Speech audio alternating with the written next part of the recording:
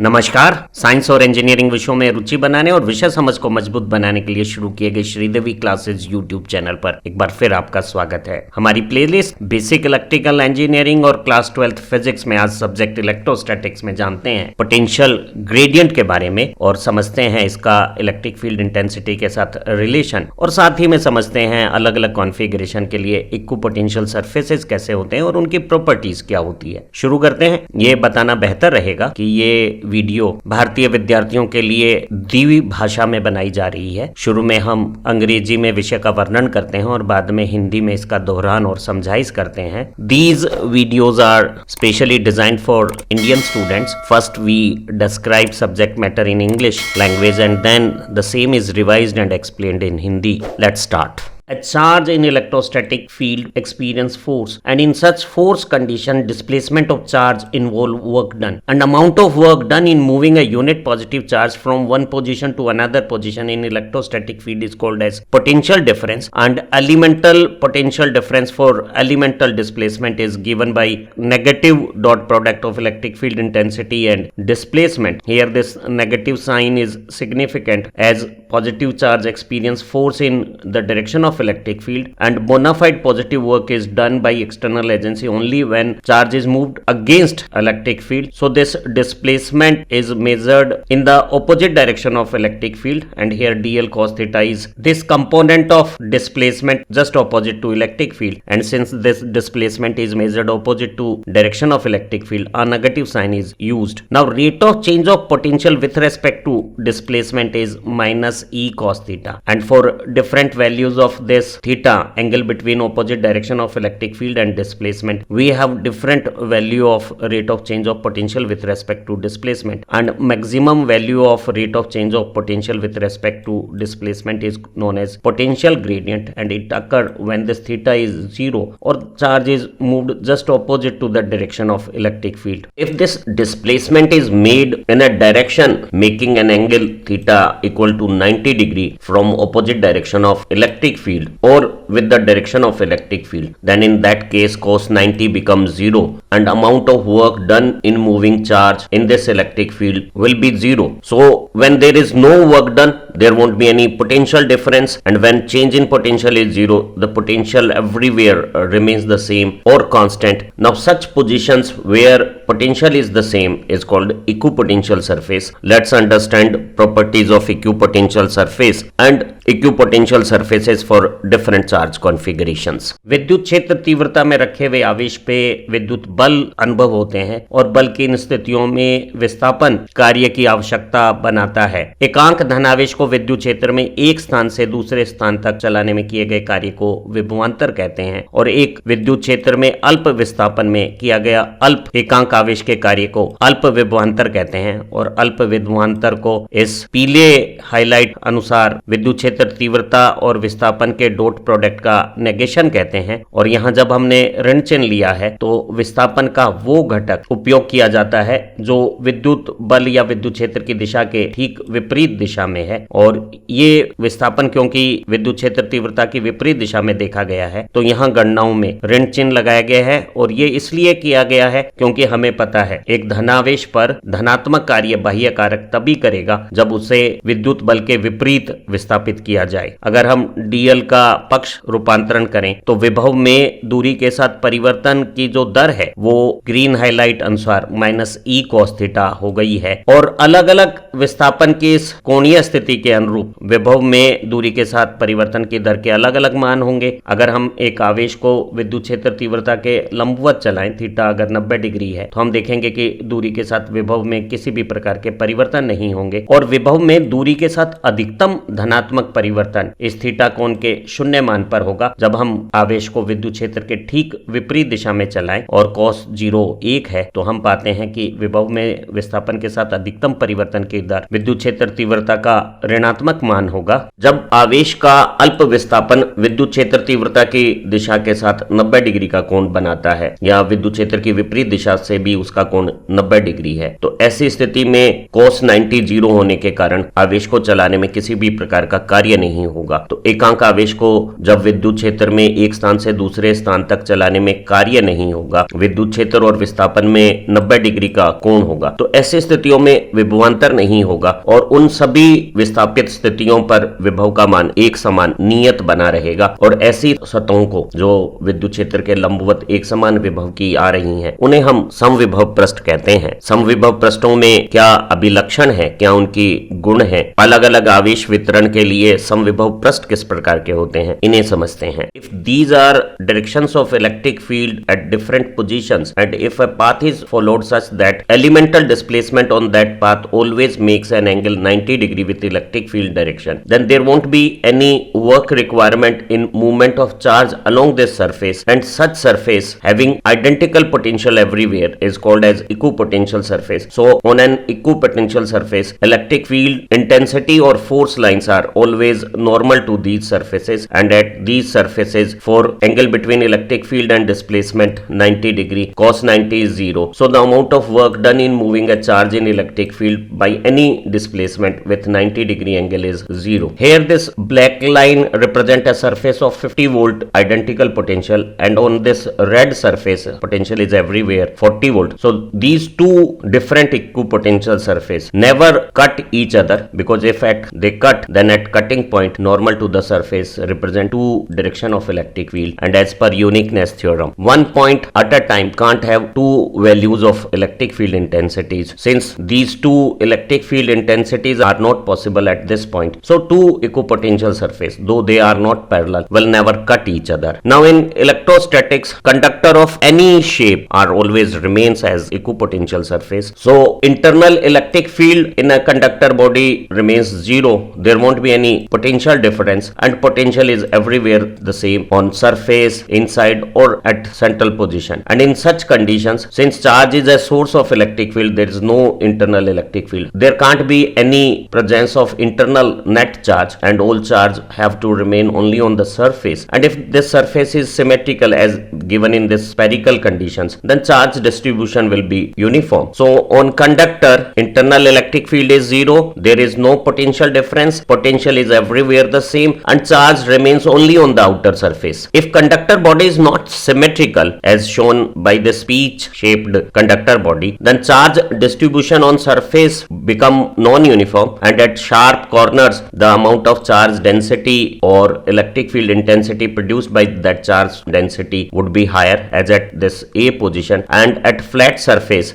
charge density and surface electric field is smaller in magnitude as at C, and for such intermediate curvature conditions electric field and surface charge density are intermediate. So here at A electric field and surface charge density is higher, and at C position both charge density and electric field intensity are least. But there won't be any internal electric field, there won't be any electric field along surface, so movement of charge on surface or inside the conductor body is 0. So there won't be any potential difference. Potential always remain constant everywhere on this conductor surface. So at A, whether electric field and surface charge density are higher, but the potential is the same at A point and B and C points. यहाँ एक असमरूप क्षेत्र में विद्युत क्षेत्र की तीव्रता और दिशा को इन तीनों से दिखाया गया है, और इस काली सतह पे जब आवेश का अल्प विस्थापन सभी जगह पे विद्युत क्षेत्र के साथ लंबवत स्थितियों में होता है, तो बल और विस्थापन में 90 डिग्री का कोण होने के कारण आवेश को चलाने में कार्य नहीं होगा। तो इस पूरी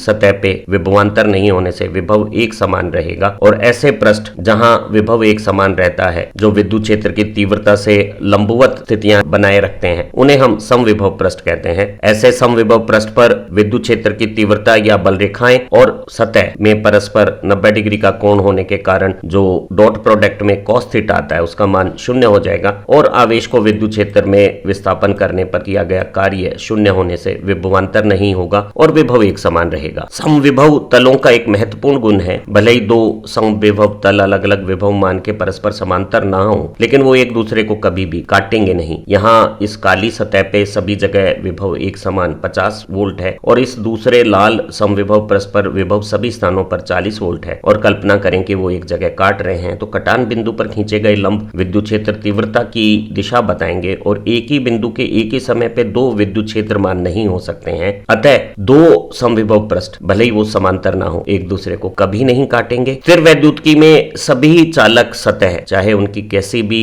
आकृति और आकार हो समविभव पृष्ठ की भांति व्यवहार करते हैं और ऐसी स्थिति में चालकों के अंदर आंतरिक विद्युत क्षेत्र नहीं होगा, आवेश को चलाने में कार्य नहीं होने से विभवांतर नहीं होगा और विभव का मान एक समान रहेगा, चाहे वो चालक की सतह हो, अंदर की कोई स्थिति हो या केंद्र बिंदु हो, सभी स्थानों पर विभव एक समान रहेगा, यानी चालक एक समविभव पृष्ठ की भांति कार्य करेगा। विद्युत क्षेत्र का स्रोत आवेश की उपस्थिति है। चालक में आंतरिक विद्युत क्षेत्र नहीं है तो एक चालक सतह के अंदर शुद्ध रूप से आवेश उपस्थित नहीं रहेंगे और अगर कोई चालक आवेशित है तो संपूर्ण आवेश केवल उसकी सतह पर रहेगा। और अगर सतह की वक्रता एक समान है, समरूप आकृति का जैसा गोलाकार चालक आकृति यहाँ दिखाई गई है, ऐसी स्थितियों में आवेश भी सतह पे एक समान घनत्व के साथ वितरित हो जाएगा और सतह पर जो विद्युत क्षेत्र है वो सतह से केवल लंबवत होगा। सतह के अनुदिश या सतह के अंदर विद्युत क्षेत्र नहीं होने से आवेश को सतह के अनुदिश या सतह में अंदर कहीं चलाने पे विभवांतर नहीं होंगे। अगर चालक आकृति समरूप नहीं है, जैसे यहाँ एक नाशपति आकार में एक आवेशित चालक को दिखाया गया है, तो ऐसी स्थितियों में जो तीखी वक्रता के जो सिरे हैं, नुकीले सिरे हैं, वहां पे पृष्ठ का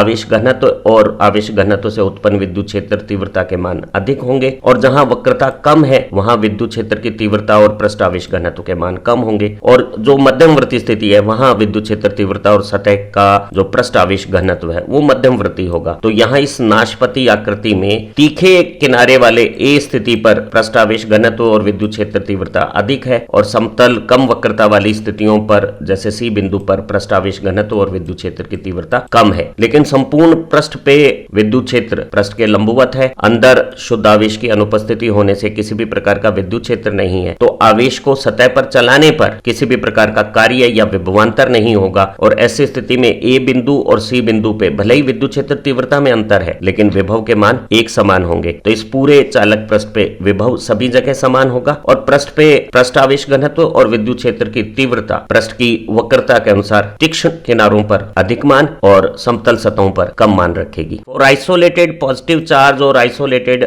negative charge electric field is radial. For positive charge it is radial outward and for negative charge it is radial inward, and in such conditions these pairs of common center are equipotential surfaces of different potentials, and since electric field is directed from high potential to low potential, so pair of inner positions nearer to charge, say at this position potential V1 is higher than potential of pair of far away position V2, so V1 is greater than V2, and similarly here in these inward electric field potential is higher at outer sphere V2 and it is lower at inner sphere V1, so V2 is higher than V1 in these negative charge electric field, and point charge and a spherical charge behave in an identical manner, so this concept is the same. Now electric field is stronger close to charge position, so for same distance potential variation in inner positions is higher, so at this magenta displacement the potential difference is higher than similar displacement of this cyan arrow, since electric field is stronger at nearer position and weaker at far away positions. For a dipole configuration electric force lines start from positive charge and ends on negative charge, and these lines or curved surfaces normal to force lines represent equipotential surface, and this intermediate bisector line is known as q axis, and at q axis potential is everywhere the same and is zero. For parallel plate configuration electric field is directed from positive charge to negative charge or from high potential to low potential, and in this electric field force lines are parallel and equidistant, and such electric field between parallel plate is called as uniform electric field, and in this uniform electric field another plate surface which is parallel to conductor surface becomes an equipotential surface, and in this case electric field is directed from high potential to low potential, so potential of this plate V1 is higher than V2. For a uniformly charged line, electric force lines or electric field intensities are radial outward, but they have a planar divergence. And coaxial cylinders with same center line as an axis becomes equipotential surface. So potential everywhere on this yellow highlight surface of cylinder is the same. Similarly, another cylinder with same center axial line is another equipotential surface, but inner cylinder got higher potential than outer cylinder. अलग अलग प्रकार के आवेश वितरण हेतु